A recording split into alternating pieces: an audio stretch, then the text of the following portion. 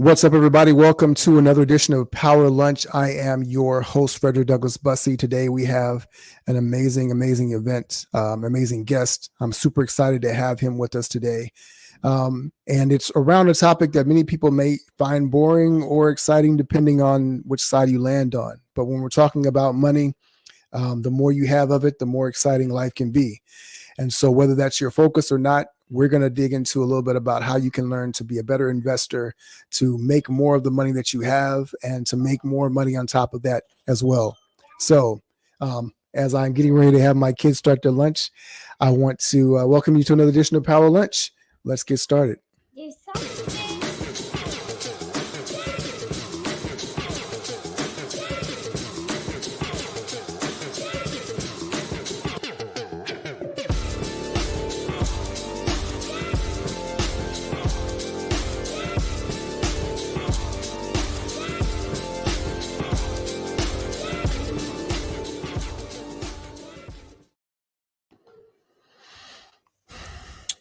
Welcome to the show.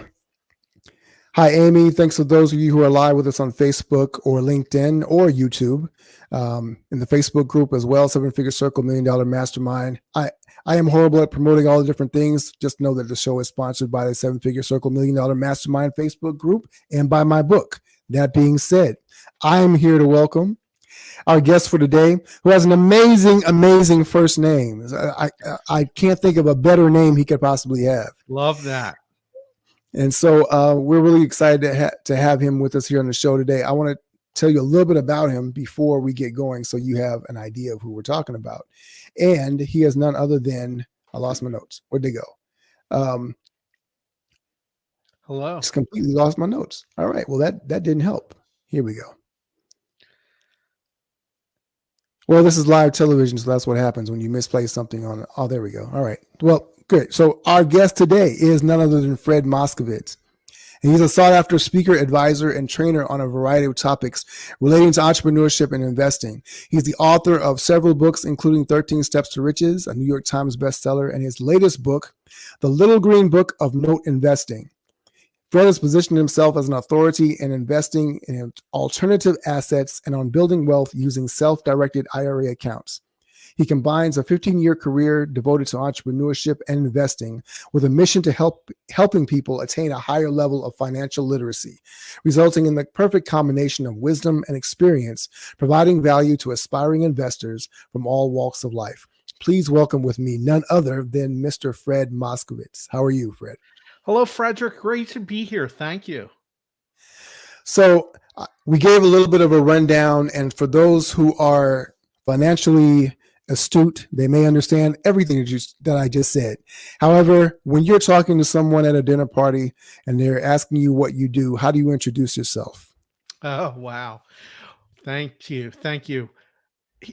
The way I introduce myself, I'm known as the alternative investment expert.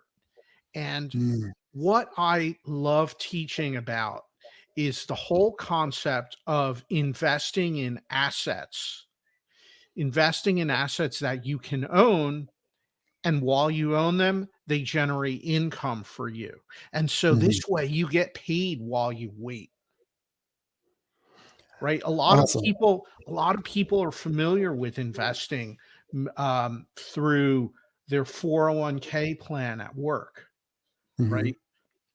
Or investing in the stock market and mutual funds and different things. And that is what most people know about, what most people learn about. And that certainly is important to have a place in your portfolio.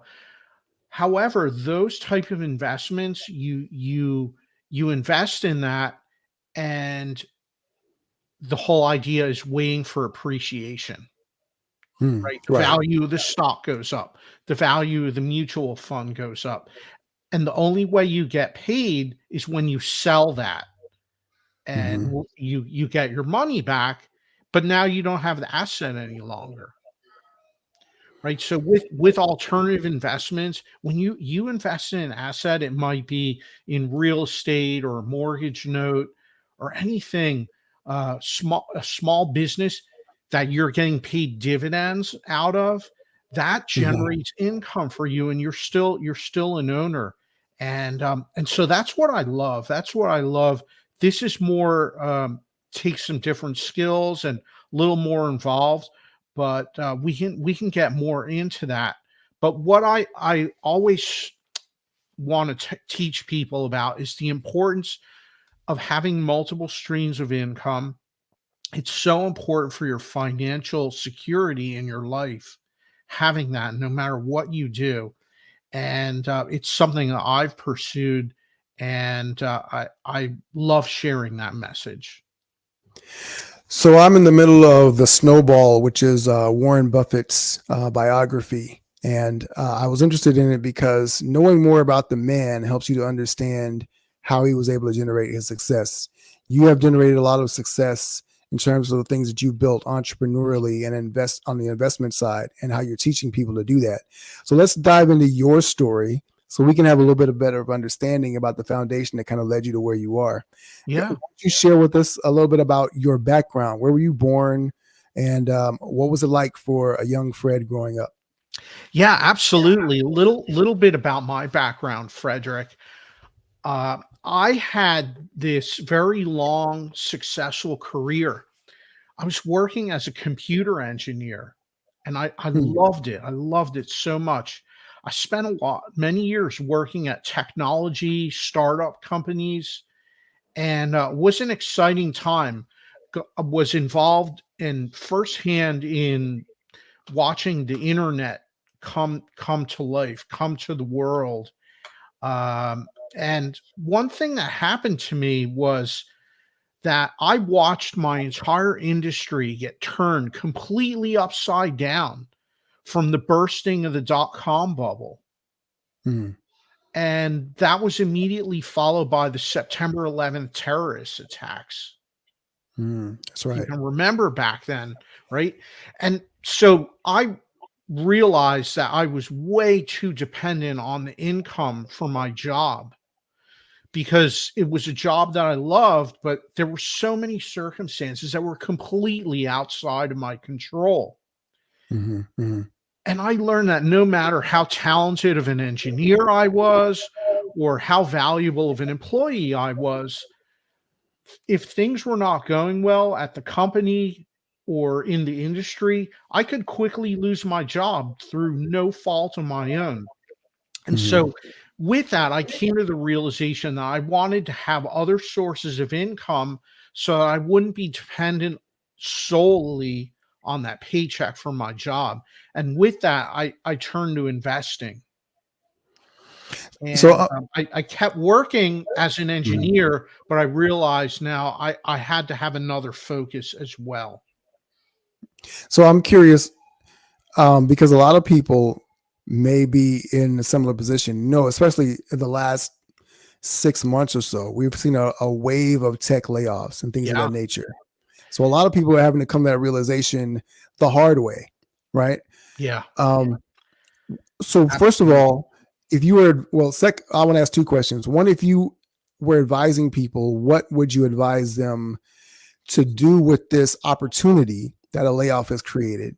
And secondly, what was it about your core skill set that allowed you to say, I'm going to take this knowledge or whatever to be able to pivot into this other area, allowing me to be successful? And you may only realize this in hindsight, but if you could think of it now, what was it that allowed you to be able to do that?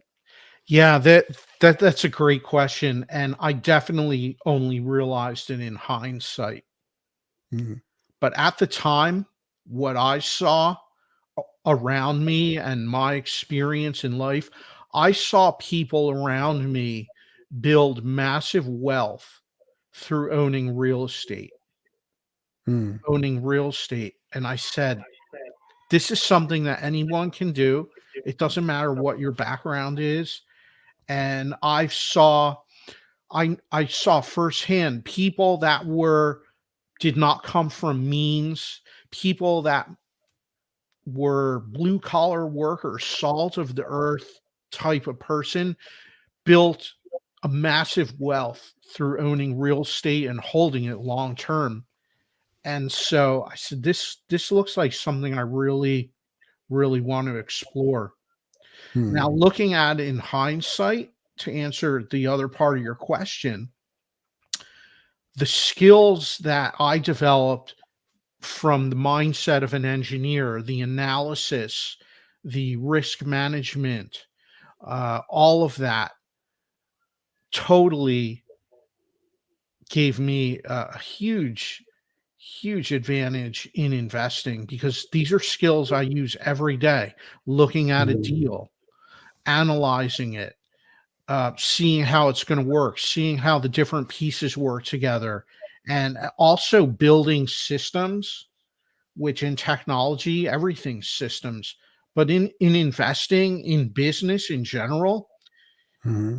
building systems is very important, isn't it? Right? Yeah.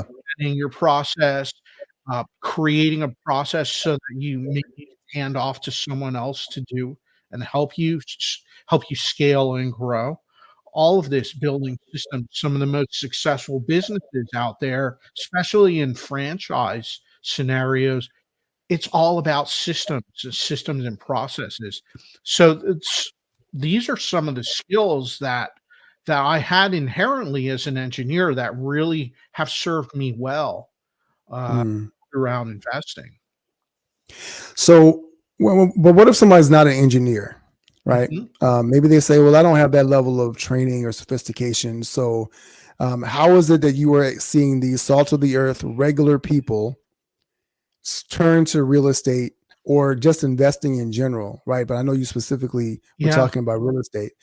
What is the mindset they need to have, or what's the very first step that they would need to take to be able to make that foray into real estate? there's a couple things that, and these are skills anyone can learn, right? Mhm. Mhm. You don't have to be an engineer for sure. That's just the world I came from. Mhm. The skills of building relationships, super Mhm. important. Mhm. Approaching investing, another one is approaching investing with a long-term approach. Mhm. Long term. I'm talking like 10 or 20 years, like that. Mhm. When you go into it with that expectation, you're going to do really well. You're going to Mhm. maybe experience a downturn and be able to pivot and continue on and then do Mhm. well. Mhm. Because in investing in all asset classes, there are cycles. There are Right. cycles in real estate. There are cycles in the stock market. There are cycles in our economy, Mhm. especially in the tech economy, like we were just mentioning. You go through several of them, absolutely, and downturns. And so being able to weather those storms, that's a skill. That's a skill. But and building relationships, super important. No Mhm. matter what kind of work you do, what business you're in, I feel that getting good at building relationships is one of the best things that you can do. It takes work and it takes practice. For some Mhm. people, it comes easy. I certainly had to work at it a lot. Mhm. But think of this, Frederick, Mhm. that if you had a misfortune, if you lost everything you had, all your Mhm. resources, all your money, everything, and you had to start over Mhm. and build back up again, well, what are you left with? It's really Mhm. two things: the skills and knowledge that you've developed and the relationships that you've had. That's it. Yeah. Everything Right. else, all your money, all your physical things, can lose them. They can be wiped out in an earthquake or taken away from you in some way, but you can always build back up. And we hear so many stories of successful entrepreneurs, successful people that lost it all and then Mm-hmm. turned around and started over and built it back up again over and over again. We hear those stories so much.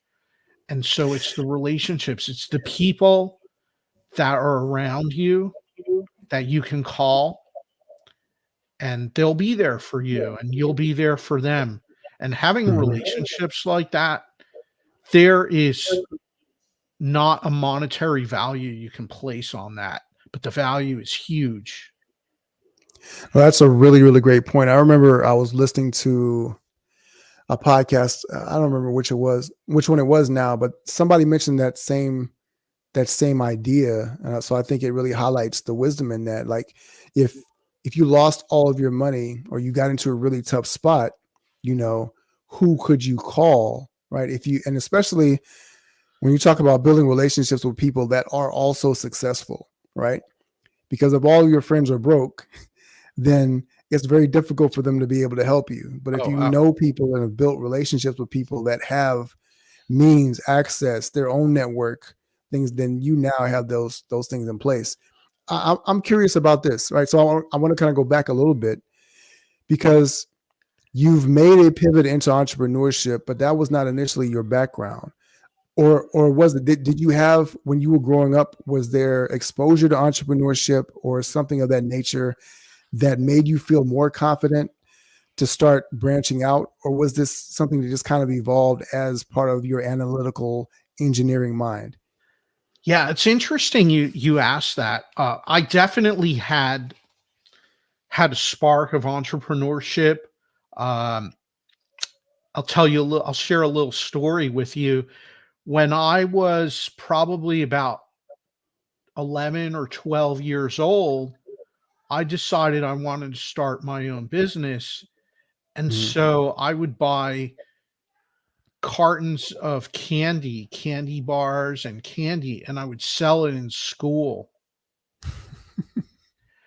And it was the best feeling making my own money. I made a lot of money, right? Mhm. Imagine a kid of that age having a couple $100 of capital that built up from nothing. Mhm. And it was the best feeling in the world. And I started getting in trouble in school, and the principal called my parents, and there was all of these issues about it at school. And so finally, my parents said to me, "Look, we support what you're doing. We love that you want to be an entrepreneur, but you can't keep doing this. It's causing a lot of problems at school." But that was my first taste of having my own business and not having to answer to anyone. I love that. Now, in parallel with that, the way I grew up, the lessons from my parents, from people around me, it was always like this: go study hard in school so that you can get good grades and get a good job and have a good, safe, secure job, right? That whole narrative, I grew up with that. Mhm.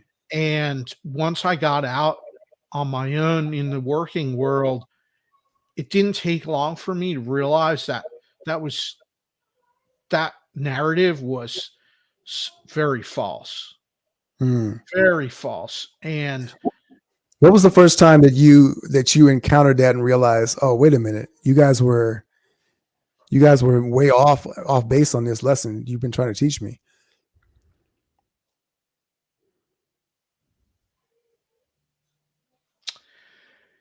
the big turning point for me was this. I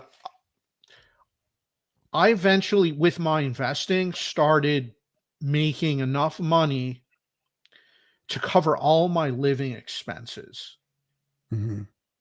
after a number of years. So I realized my investment income was enough to cover all my living expenses.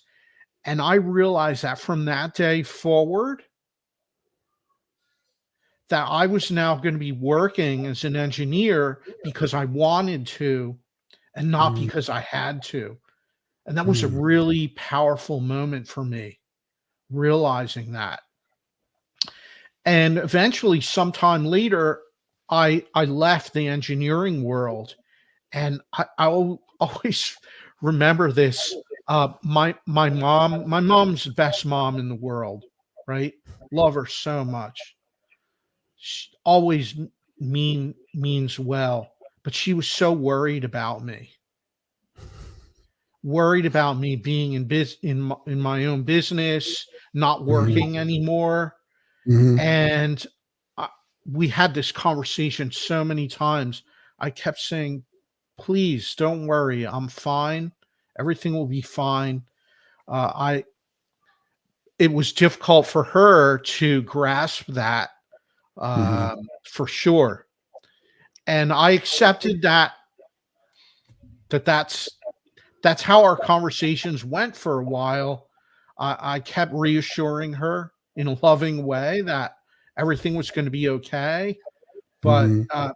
I realized that in hindsight, looking back, that was the way I grew up. It was the way I Mhm. grew up. That if you were between jobs, there was a lot of pressure, and you had to scramble and find something else. All of that.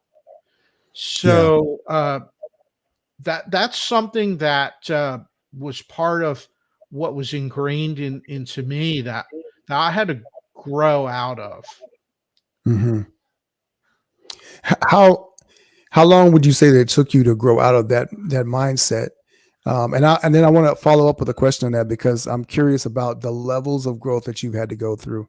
But how long did it initially take you from the point at which you decided to pivot or start investing to the point where you realized, oh, I can't rely on this traditional, conventional method of thinking around making money and things of that nature? It took a number of years to get past a lot of these fears. And I think that a lot of entrepreneurs that are transitioning go through this. You start to look at how much money do I need to make for my business to cover everything, right? You start planning and analyzing, um, and getting over some of those fears. But the reality is it's never perfect. It's going to Mm, get messy. mm, There may be days where your bank account gets lower than you're comfortable with. All of that happens. mhm, But if you put yourself around the right people, the people that are going to support you, that you can mhm, bounce questions off of each other and give advice to each other, that's so powerful, so important.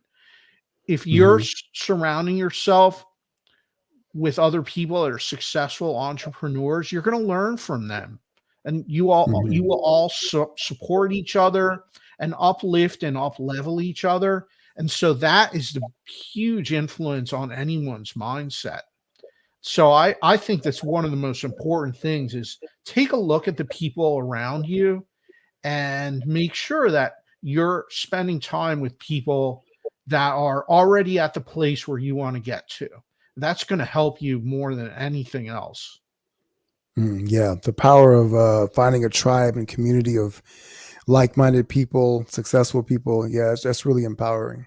That's really Yeah, powerful. absolutely. I mean, that's one of the big concepts that Napoleon Hill teaches in his book Think and Grow Rich, that mastermind. And Hmm. he talks about so many different examples of that, but it's really the tribe, like you said. Where is that right tribe? And get around successful people, because you're going to learn so much, and it's going to have a major impact on your growth. And as you have become more and more successful with investments and built more and more wealth, what are some of the shifts that you had to make in terms of your mindset?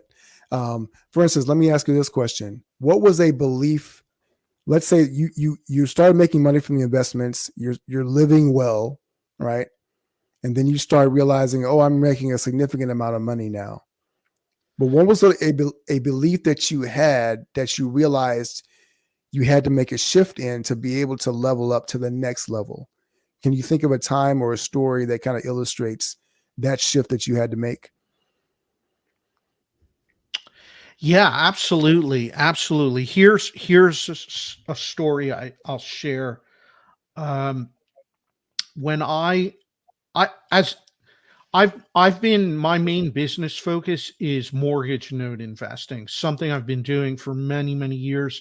It's a Mhm. niche area of real estate investing. And what happened was I started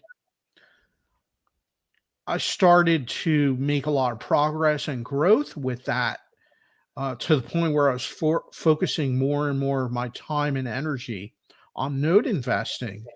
And I was starting to be invited to speak at conferences and investor conferences and events and presenting. And I started getting people coming up to me,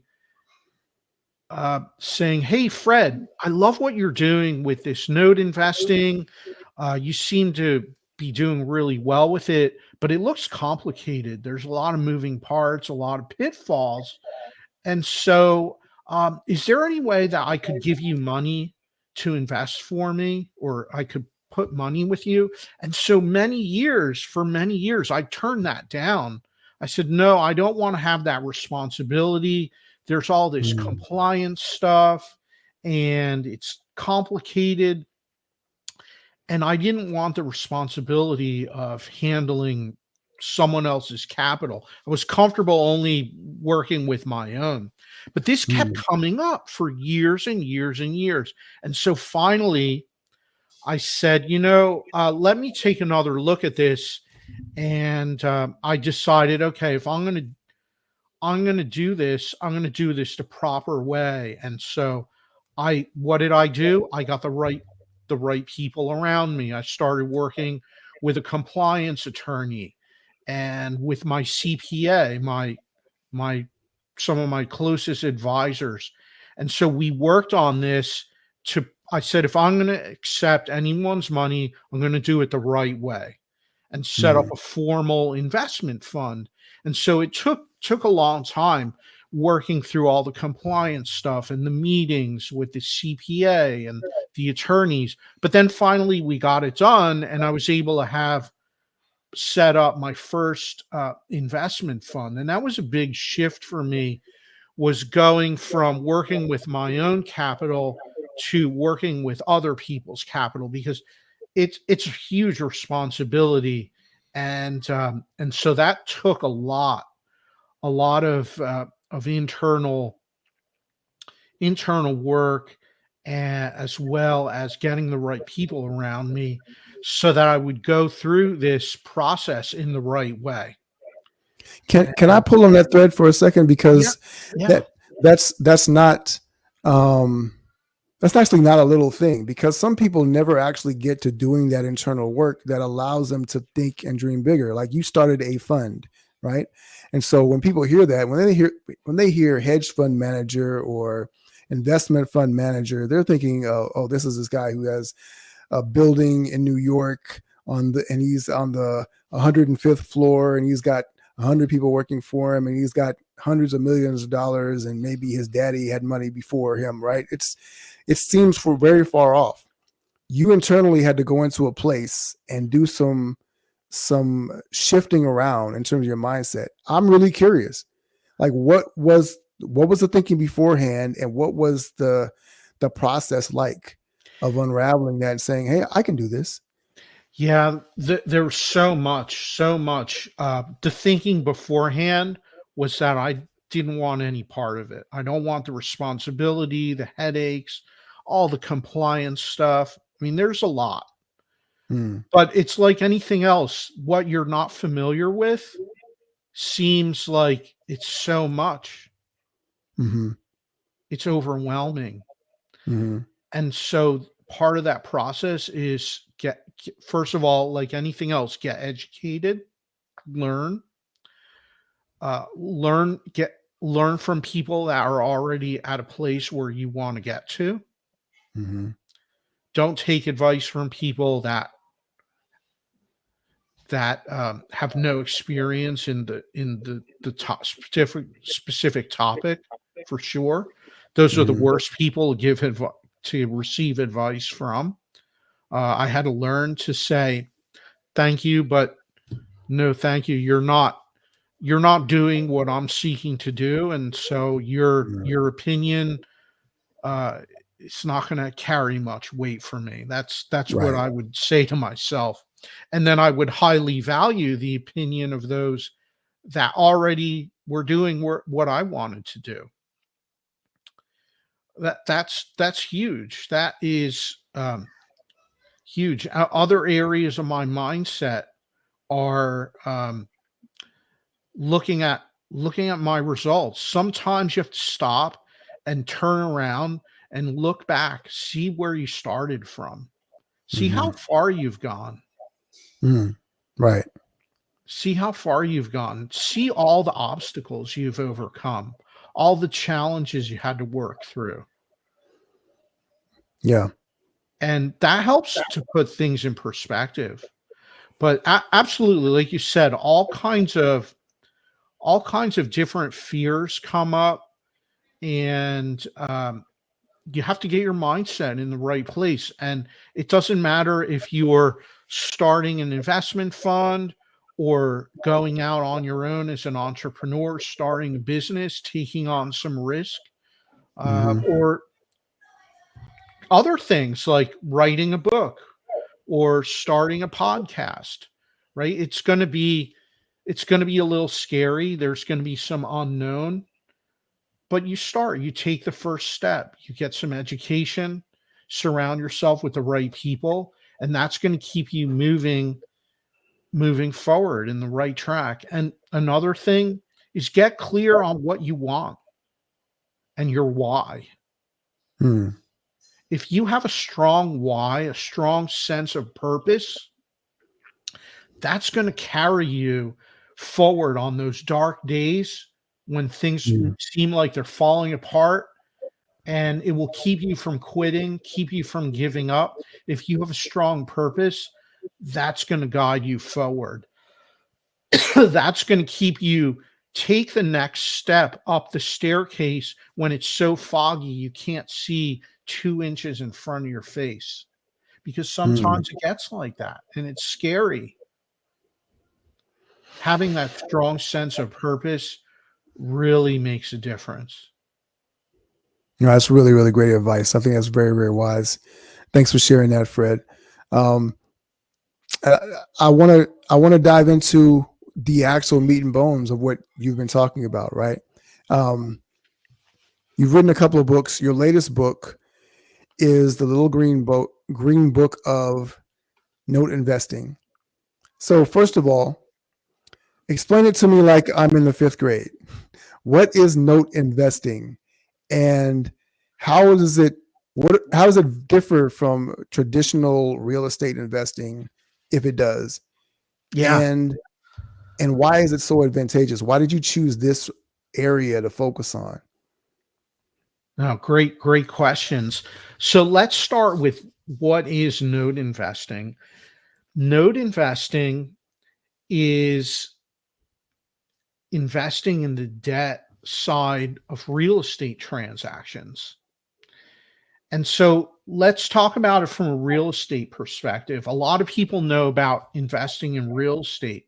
You can Mhm. invest in houses, in commercial properties, in apartment buildings, even vacation properties, right? Getting a property, setting it up as a vacation rental, putting it up on Airbnb, all of that.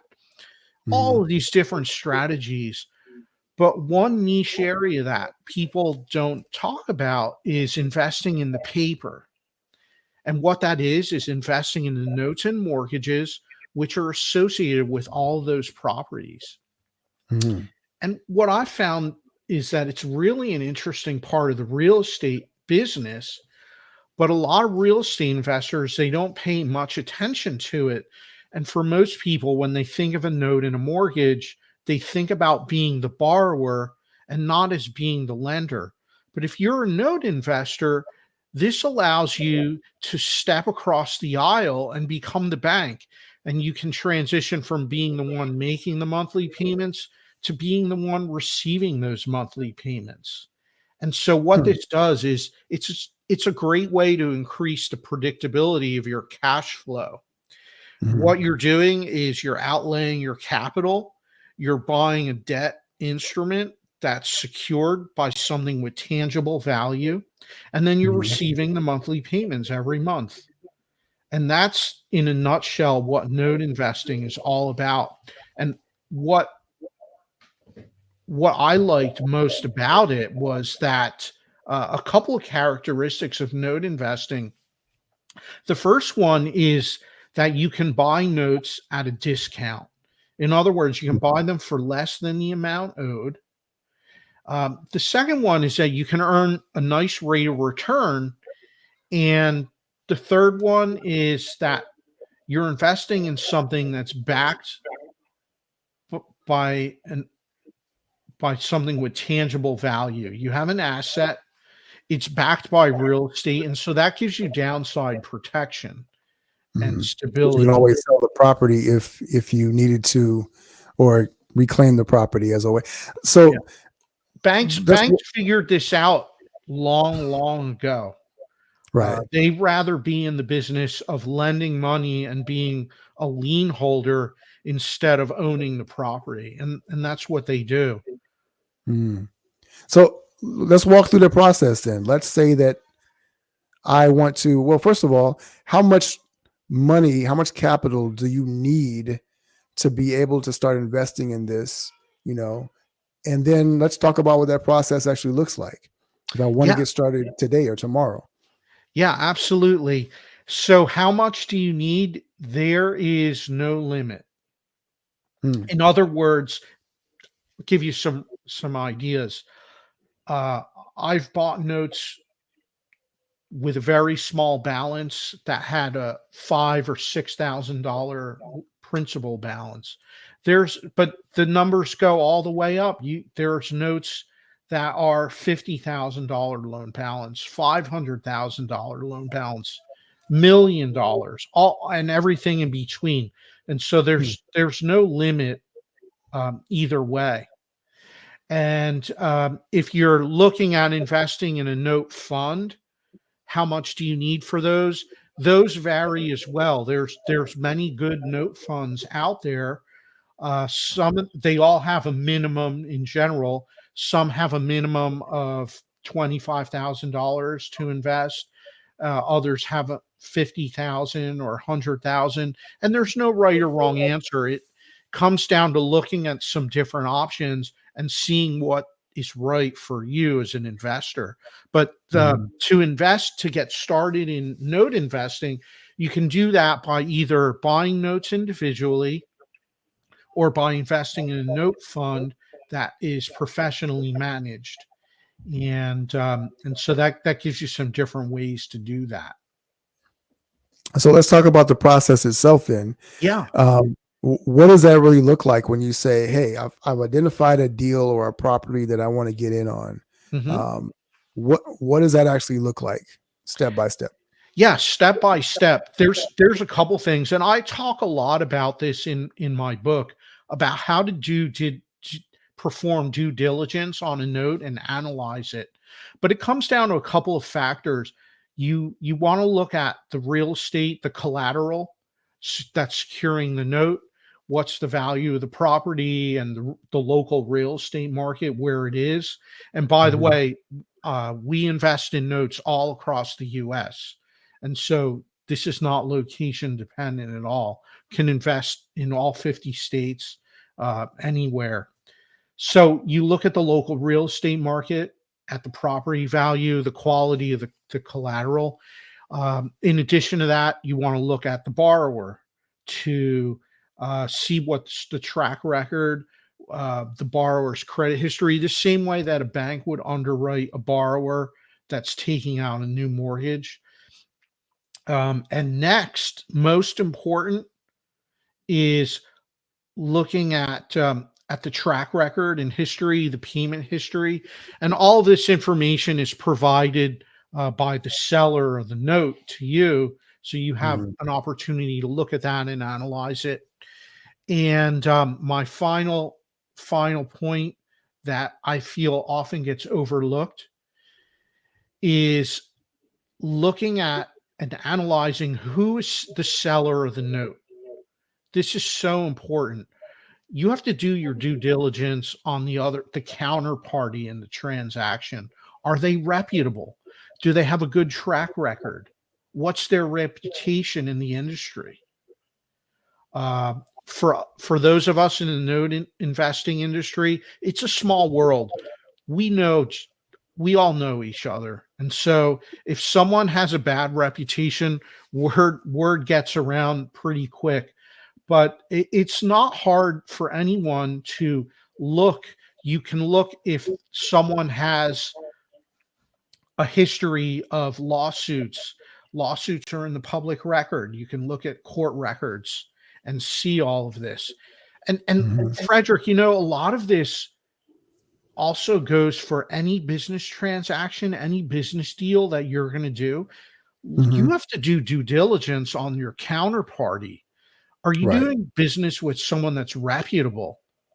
Are you Mhm. entering into a partnership with someone that has a not a good past? Mhm. Um, this is so important because if things go well in your business, well, then that's great. But how is the other person going to act and behave when things don't go well? Right. This Right. often does not get looked at, right? Is the other person going to bail out and leave you high and dry? Is that their track record? You want to know that before you get involved in a business relationship with anyone. I mean, this is not just for note investing, but I feel that that's something that I can't emphasize enough. And I talk to so many investors, and Mhm. sometimes people come with stories about a bad deal they've gotten into.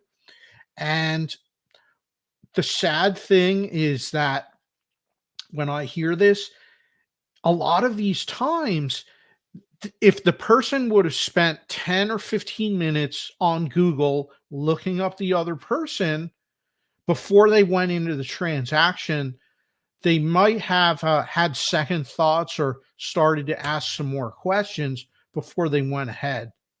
Right. That's all I want to say. I don't want to talk bad about anyone ever, but Right. this is Right. on you. Like you got to look carefully at the other person. You can run background checks on people. You can do there's a lot at your disposal, but Google's available to everyone. So at a minimum, at least do that, if nothing else. I mean, that's a really great point. That you want to do the due diligence, and what I find is that a lot of people are. It's the I don't want to call it laziness, but I think there is laziness is part of it, right? But there is a reluctance to do the hard work. People want to make it as easy as possible. Therefore, they just kind of throw a blind eye to doing all the due diligence that they should. But what you're saying is that it's and almost what I hear you saying is that it's almost better not to do a bad deal Oh, yeah, than to do a good deal. Would that be accurate? absolutely. Oh, Mhm. oh, yeah, absolutely. When you get into a bad deal, that's going to suck up so much of your energy and Mhm. headaches and focus and all of that. Not even counting the money, the monetary loss, but what Right. about the energetic drain it causes on you? Mhm. Because all of your attention is now going to be focused on that.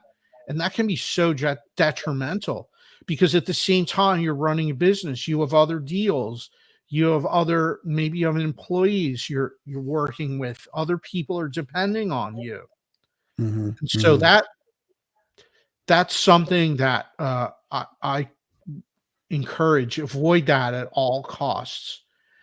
And a lot of times you get into a bad deal, uh, look to minimize your losses and get out quickly. Sometimes you have to pay the other person to go away, whatever it takes. There's some non-monetary value to that Mhm. that can't be overlooked. If you're in a partnership that's not going well, see what you have to do to get out in a clean, swift way. Mm. Do you have stories, maybe one or two of your own bad deals that you overlooked something in your own due diligence, or have you kind of been able to avoid that for the most part in your career?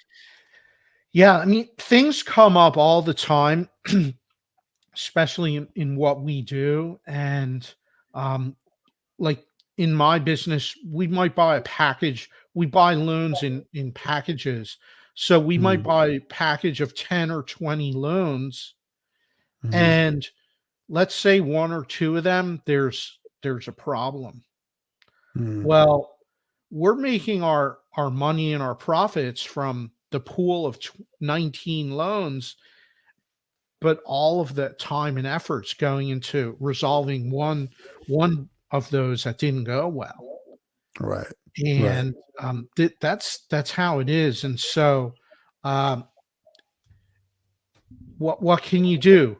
You can hire the right people, hire the right vendors to help you support it.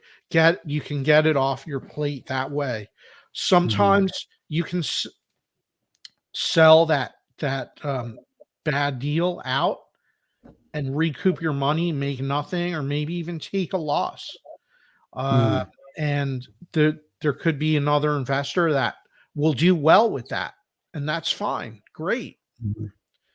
But now you can focus. You focus on the other areas of your business. That That this is yeah, this is something not to be overlooked. It's just like if you have a small business with 5 employees and one of mhm, them is not working out, like that, they have a bad mindset, bad attitude, that will quickly suck so much energy out of everyone else on the team and mm, cause problems for you yeah, and the yeah, overall morale, right? What does that do? Like I've seen and experienced all of these scenarios before. mhm, And on a personal note, some of the best things that I've done was sense that whether it was a client that wanted to do business with me or a transaction I was about to enter into, sometimes the best thing you can do is give the money back and say, look, I don't think this is going to be a good fit. Give the money back mhm, and walk away, shake hands, walk away, and everyone goes on their own journey and that's it. Sometimes it's the best thing you can do if you get a sense where there's something off, something wrong, and that's your intuition talking to you. mm, Listen to that. Get good at listening to that because I found that it's usually right. yeah.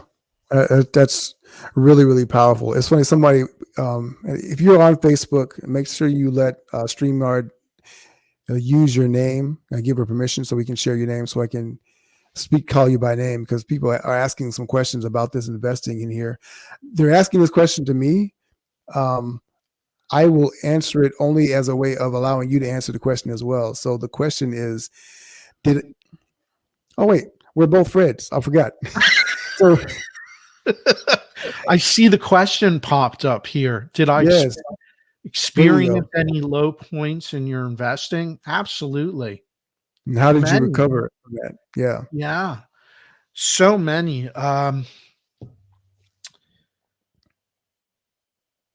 So here's an example. I started investing in real estate in the early 2000s, and Hmm. it was on an upswing until 2008. Remember that? And so Mm, what yeah. happened there? We had this massive shift. Property values dropped.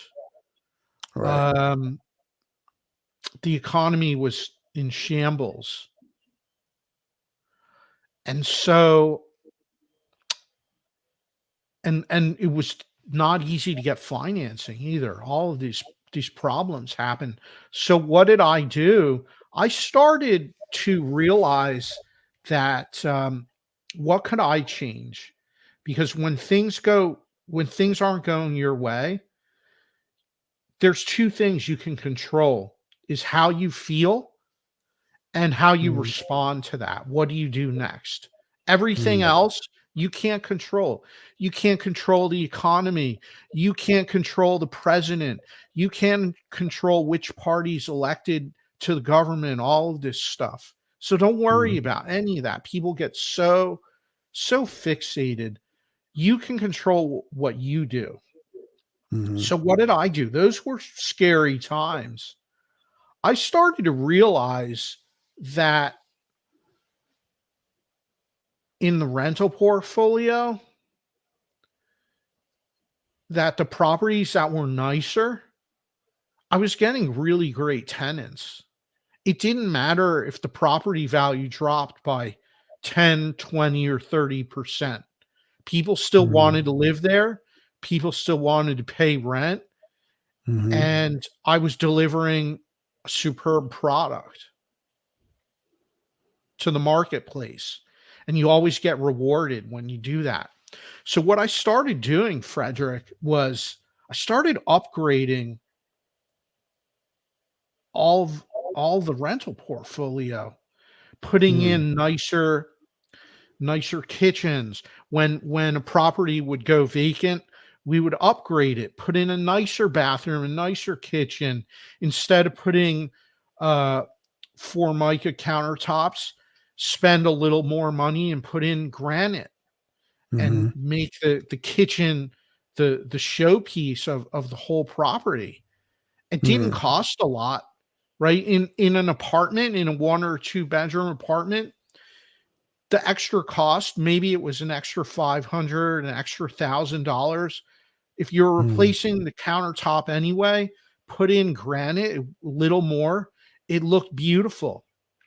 And then I was getting better tenants. And then they were taking better care of the property.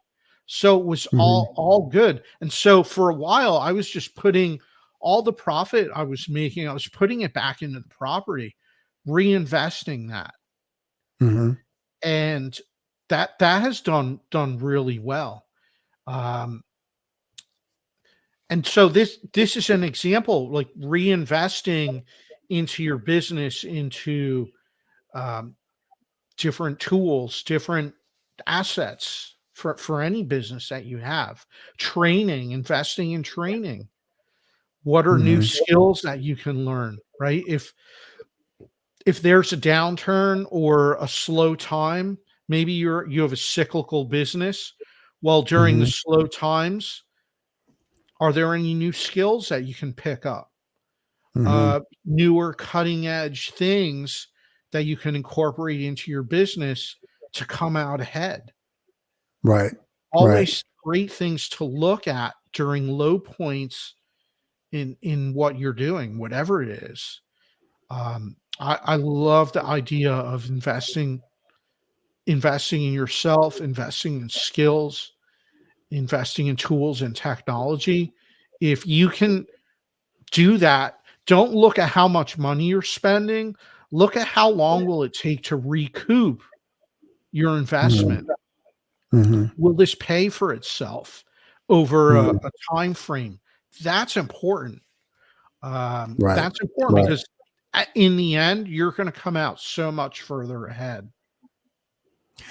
I think that's really, really great advice. And I think foundational wisdom for everyone. Like you said, there's always going to be cycles. Obviously, a lot of people are talking about recession and everything has come from the pandemic on down.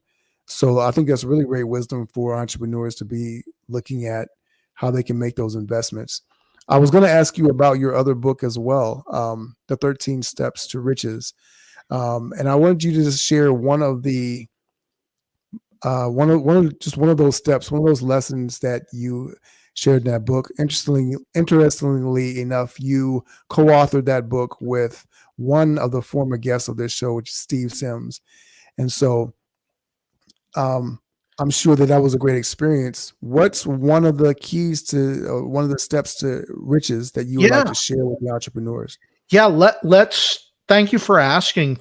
The 13 Steps to Riches is book series where Mm, we explore, we do a deep dive into Napoleon Hill's Think and Grow Rich.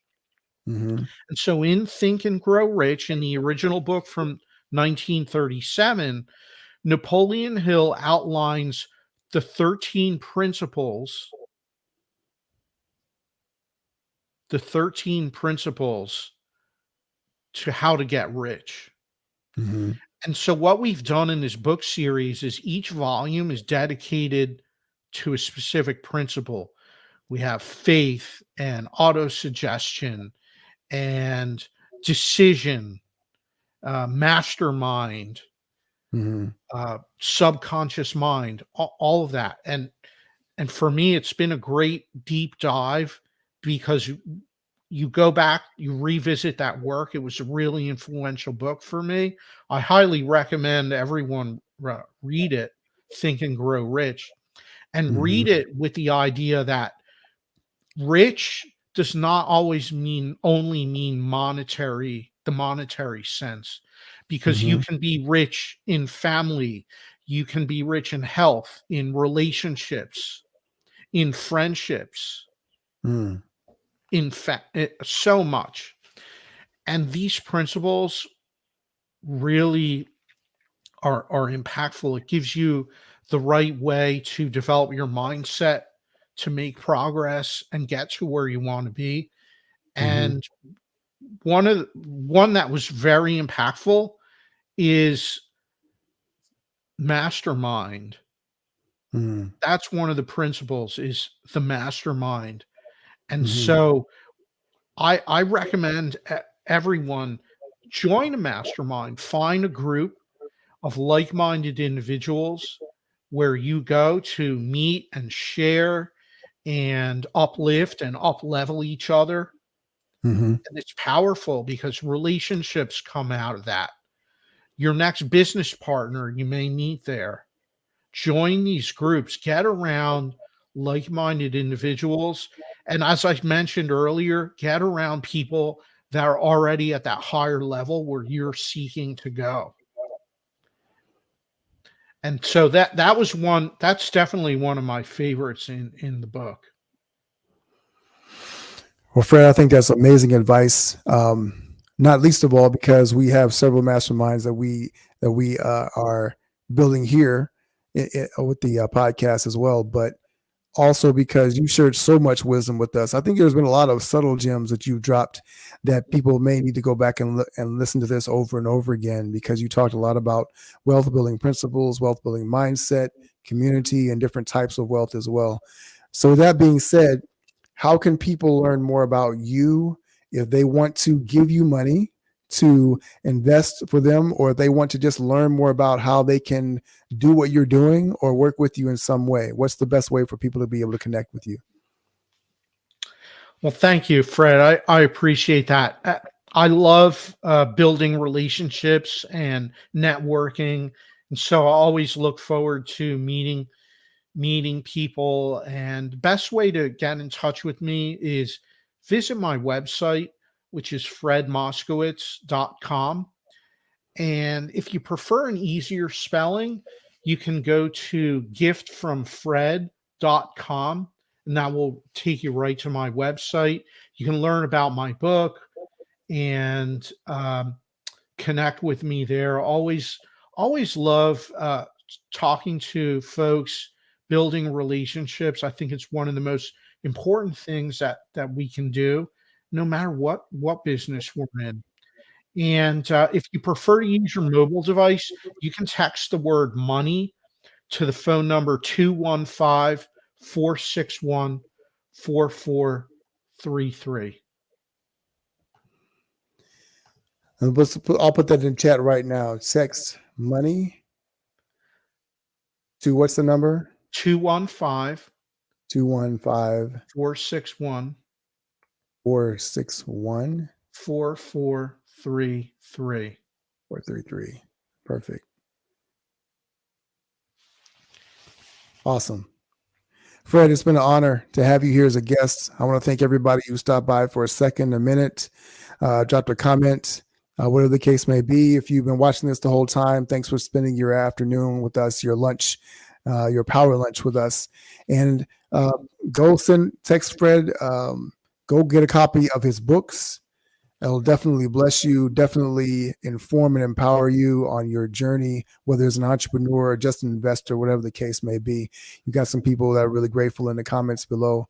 Fred is also a member of the 7-Figure Circle $1 Million Mastermind Facebook group. So if you are watching this over there, drop a comment and let him know what you thought about his interview as well. And for everyone else, make sure that you are liking us, subscribing to us on YouTube. If you're watching this on LinkedIn, send us a message as well. We love to hear from all of our listeners and know what you're thinking about what we're building over here. Hopefully this has been valuable for you. My name is Frederick Douglass Bussey. For Fred Moskowitz, our guest today, ever forward. Thank you.